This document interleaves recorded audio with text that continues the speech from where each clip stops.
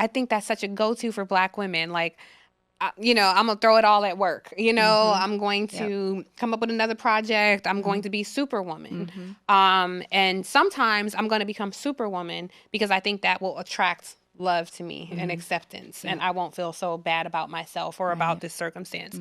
Sometimes it's, I literally cannot manage this thought and I need a distraction. So let me focus on something. You said to me, I was literally weeping one night.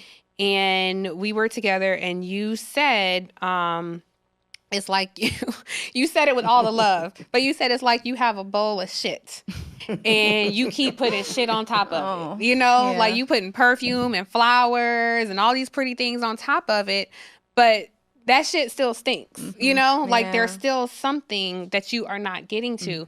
And for me, I've been trying to, okay, let me get these flowers out the way. Let me get to this shit that like Tasha sees and other people experience.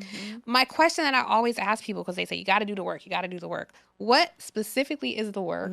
What does the work look like? Like when I wake up and it's like, if you say, okay, to do the work, you got to read these 3 books and take some notes. I'm on it. Right. If you say the work is, you got to go run 8 miles. I'm on it. But the work on getting to that inner core of yourself to have a healthier, lighter space, what does that work look like? It's interesting because while I believe in therapy, participate in therapy, I think it's a missed opportunity when we see that being able to afford a therapist is the only kind of form of healing we have.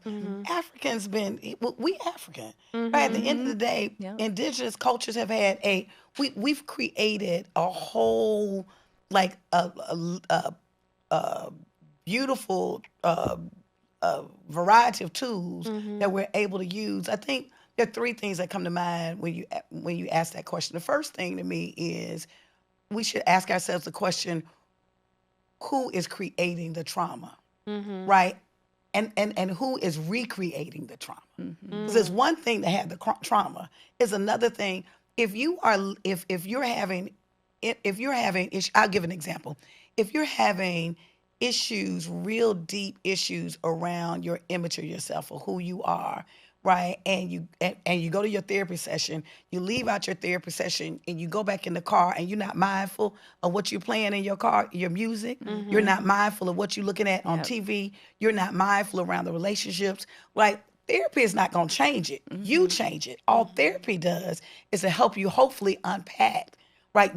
Unpack your thinking, unpack how you're approaching or seeing, give you another perspective to see it. But when you say do the work, you have to be committed to doing the work yourself. And so I think there's a number of things that, we have to think about. One, I think part of it is as an organizer, one of the things that we teach other organizers is first do no more harm, right? Communities that are already harmed, don't continue to add the harm. Yeah. What I see is really harmful is oftentimes we consistently recreate the harm and the trauma that happens to us. If it don't feel good to you, then that's your message. You don't need nothing deep. You don't need no therapist saying anything to you. It doesn't feel good. At least isolate that. Whatever that thing is. If you listen to music that doesn't make you feel good, don't listen to that music. If you see TV and it's making you anxious, like, don't look at TV. I know those are really simple pieces, right? But important. But important. I think the second thing is, and I had to learn this. I had to learn that it's not either. Part of, I think, the problem in capitalism is that capitalism has told us that we're supposed to be happy all the time.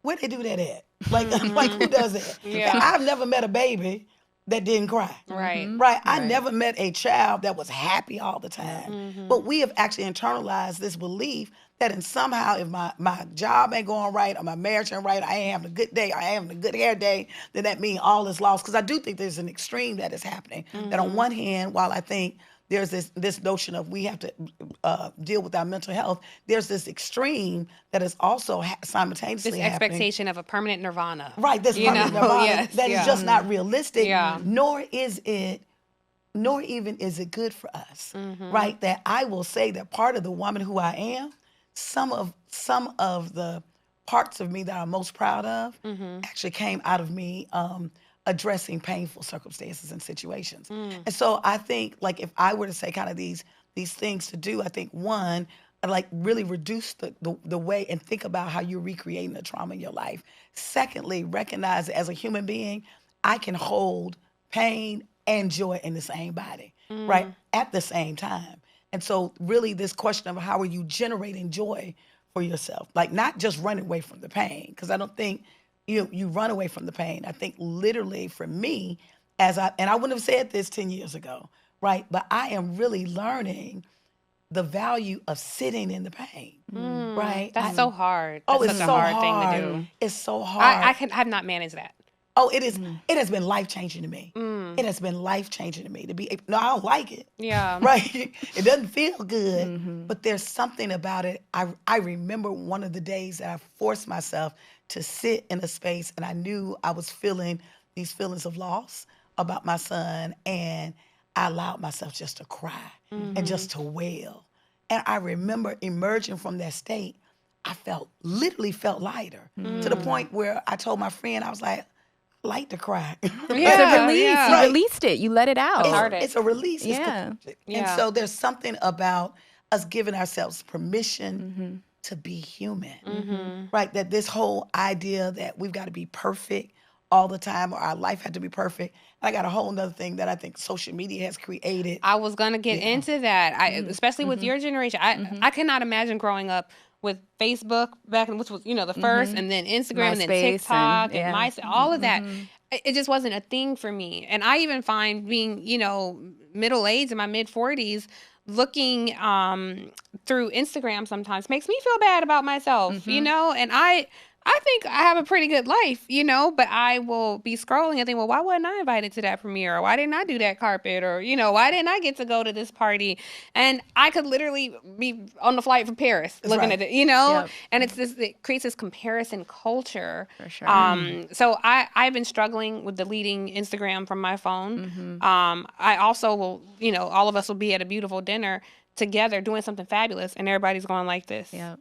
Looking at what everybody else is doing. We're missing each other. And it also, to me, it treats human beings as avatars. That's right. You're not a real person. That's right. Like every experience, I'm doing this for the gram because I'm chasing likes and followers, because I'm chasing love, acceptance, because I'm feeling a void in myself that I haven't figured out a way to fill. And I think about young girls going through that right now. For sure. Going through puberty. Yeah. Looking at Instagram. So hard. Having acne. Yeah. Having your hair look a certain way. Yeah. Gaining weight, losing weight. I don't know how they manage. I don't either. And I think that a lot of young, especially like the younger teenage girls today, don't have that kind of awkward stage that I feel like probably my generation as a millennial was kind of the last to have, where it was like we didn't really know how to do our makeup. We looked a little off. We were kind of figuring it out, trial and error. Versus for them, they have every product, every tutorial, all of this pressure to look so much older and feel so much more together at a really young age. These filters are destroying us. It's wild. Like destroying us. But I think the biggest thing that makes it hard is the impact. I hope we have a filter on the camera right now. Anyway. So we can, a little example. Probably the hardest thing that I think social media has done is its impact on our relationships and on our friendships. I agree. And I've been talking to my friends about this a lot because I think a lot of people struggle with making friends in adulthood, especially like your 20s and your 30s are such an awkward time because if you finish school, then everybody's just kind of off doing their own thing. Everybody's lives are kind of different all at once. But with social media, you have this pressure to do all of these grandiose things with your friends. We got to go to Paris. We got to have the big birthday dinner. We got to have the big trip and do all these things. And we're not like building foundational friendships and relationships that are really sacred for our mental health. We're not just going to each other's houses and just chatting. Everything has to be a production because we feel like we need to, create content for social media. And so we're building these little empires to ourselves. Everybody wants to be a celebrity. So it's like, let me, create this. And, look, I think a lot of this culture stems from I did grow up with reality TV. The Real World was just coming out when I was growing up. I tuned in, and then it just ran amok, And so now, you have this culture of like filtered, contoured faces, acting an ass on camera, all for attention. That's right. And it's just a bit exhausting. And so when you have people, your age, my age, and your age perpetuating that behavior, and then you have 14-year-olds emulating that behavior, I do wonder collectively where our mental health is going.